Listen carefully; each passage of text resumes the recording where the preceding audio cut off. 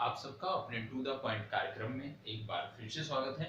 आज हम देखने वाले हैं उड़ीसा राज्य के बारे में। उड़ीसा के बारे में कुछ प्रमुख तथ्य हैं जो आपकी परीक्षा के लिए महत्वपूर्ण हैं। समसामयिक संदर्भों में जो चर्चा में है, तो इन सब की हम बात करने जा रहे हैं। क्या देखने वाले हैं हम आज? तो सबसे पहले हम आज देखेंगे 1 मिनट। आज हम सबसे पहले देखने क्या जा रहे हैं? सबसे पहले आज हम देखने का प्रयास करते हैं कि उड़ीसा समसामयिक संदर्भों में चर्चा में क्यों है।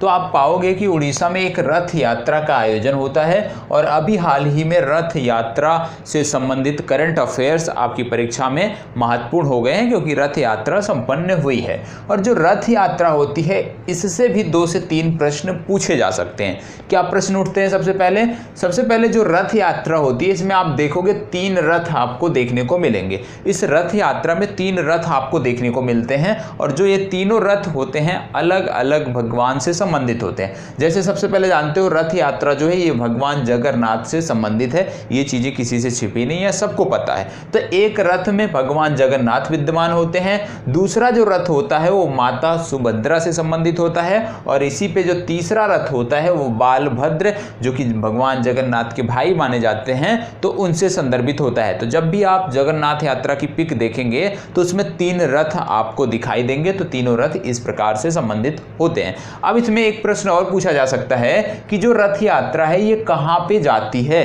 तो ये जो रथ यात्रा है, एक मंदिर है गुडिंचा मंदिर। तो ये रथ यात्रा गुडिंचा मंदिर तक जाती है, ये आपको पता होना चाहिए। दूसरी बात क्या है कि जब ये गुडिंचा मंदिर तक जाती है तो ये वापस भी आती होगी। तो जब ये वापस आती है तब इस पूरे त्योहार को, इस पूरे उत्सव को बोला जाता है बहुधा यात्रा। तो याद रखिएगा, रथ यात्रा की जब वापसी होती है तो उसको हम बहुधा यात्रा के नाम से जानते हैं। तो ये तो हो गया रथ यात्रा से संबंधित जो प्रश्न आपकी परीक्षा में पूछे जा सकते हैं। अब आगे बात कर लेते हैं। उड़ीसा में बहुत सारे त्योहार मनाए जाते हैं जो आपकी परीक्षा के लिए महत्वपूर्ण होते हैं। तो कौन कौन से? सबसे पहला है धनु यात्रा।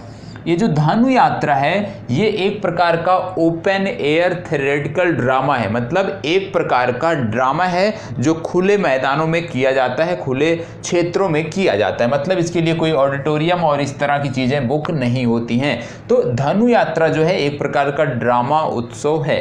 दूसरा आता है बाली जात्रा या यात्रा। यहाँ पे उड़ीसा के संबंध में चाहे आप यात्रा बोलो तो यात्रा का मतलब भी होता है यात्रा। तो यहाँ पे आपको देखना है कि बाली यात्रा या बाली यात्रा ये क्या होता है? इसको बोलते हैं Asia largest open trade fair. Asia का सबसे बड़ा ओपन ट्रेड फेयर माना जाता है इसको। किसको?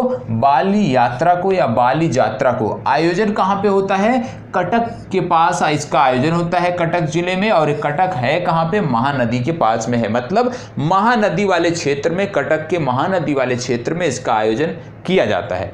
और यहाँ पे एक चीज और आपको देखना क्या है कि अभी हाल ही में कटक में 500 वर्ष पुराना मंदिर खोजा गया है, ये भी आपको पता होना चाहिए।